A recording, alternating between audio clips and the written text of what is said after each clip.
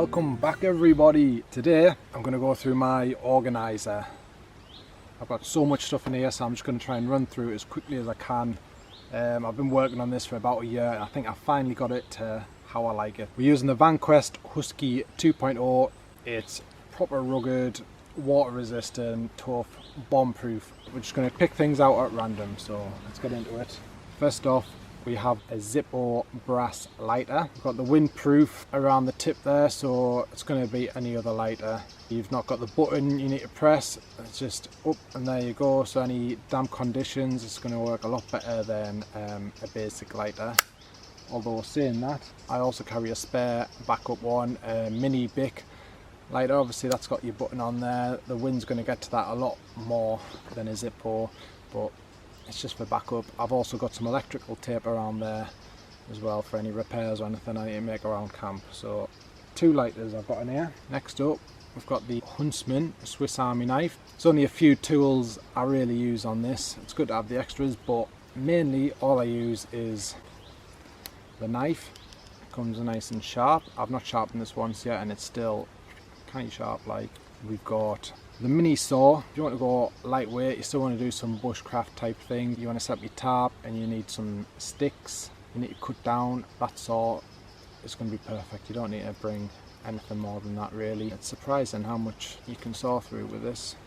And the next thing I use on here is the tweezers. Getting away any ticks, doing your eyebrows and that for the birds. You're going to want your tweezers, aren't you? It also has that little key ring, which I'll use in combination with this strap. Nice and easy to set on there. Just do a little loop through. And you've always got it around your neck, you always know where it is at all times. Next in here we've got one of these fire blowers. I went so long without using one of these. You've had a fire in the night, you wake up the next morning, there's still some embers in your fire. This is just going to get them raging again, so I always carry this. It just makes life so much easier. On this side we have the Olight 3T EOS, just clips onto your cap. So instead of the headlights that strap around your head, this is on the end of your cap, so it's not going to block out any light. It's right on there, so you're going to get everything. It's light, it has 2 settings, a dim and a bright one. Yeah, it's perfect for all the cap wearers and that out there. We've got a proper headlight. This is the Nightcore NU25. I've altered it. I'm not too fussed about the lightweight stuff anymore, but just to prove to myself I could do it, I've added this shock cord on here as the head strap instead of the other one. It's bright yellow and it's quite bulky, and this is just, I think this looks more the part, to be honest. There's lots of cool features on this headlight. It's got 3 light settings. It's got an extra bright, and it's got your red light as well there if you want to be a bit more stealthy headlight. Next we've got the Ferro Rod. I've replaced the handle with that electrical tape. It's never going to fail. Your lighters, if they get wet, they can break, but your Ferro Rod, it's always going to produce a spark no matter what the weather is. I don't have the striker with this. I'll just use my little folding knife. It's got the 90-degree spine on there, so it's going to, don't know if you can see that, but it's going to produce your sparks there every time. This is just a lightweight knife. I'm not too sure what brand it is. My dad gave it to us, so cheers for that. Again, it's one-handed. It's nice and easy to use. So I've got my Huntsman knife and I've got this knife. It works with this. One-handed folding knife works perfect for me. In the centre, we've got the Anker power bank. It just slots perfectly inside there. Anything I need to recharge, like my headlight, my phone, my speaker. I don't really run out of battery too much. It's just there for the one-nighters, and that way I'm taking more luxuries and more electronics. I'll also, if I'm doing bigger hikes, I'll switch this out for my Sawyer Mini water filter. Again, that fits in that middle compartment perfect. I don't need to worry about running out of water. I don't need to fuss on boiling. This just does it straight away. If I am carrying the Sawyer Mini, I'll also bring my water bladder.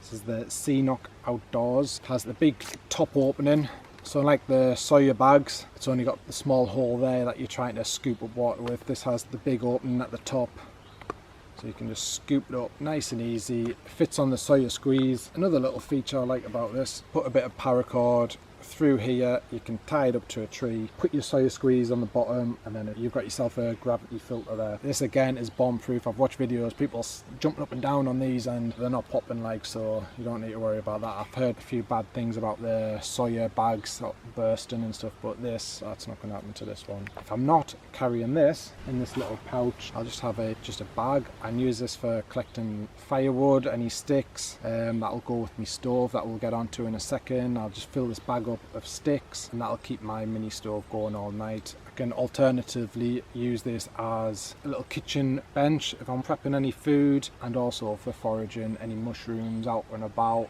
any berries and that, just tie them all in my bag.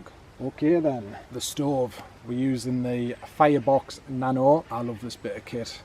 It's tiny, lightweight, fits in that little organiser. It's a foldable one, so you're not clicking parts into place and messing about with that. Look at that, seconds, you're up and running. The box it comes in, it's a nice little stand for it as well, just more stability. There you go. With the bag, I fill that with sticks, and that's going to keep this little micro stove going all night. So if you're not wanting a big fire, if you just want to get out to the wood, get your steak on the go straight away, you don't want to run around collecting loads of firewood, this is perfect. A few minutes and you can have that going and get your steak on. Next up in here we've got a couple of wires. I try not to bring too many electronics, but this day and age you're going to have them. Next thing we've got the Heroclip Mini.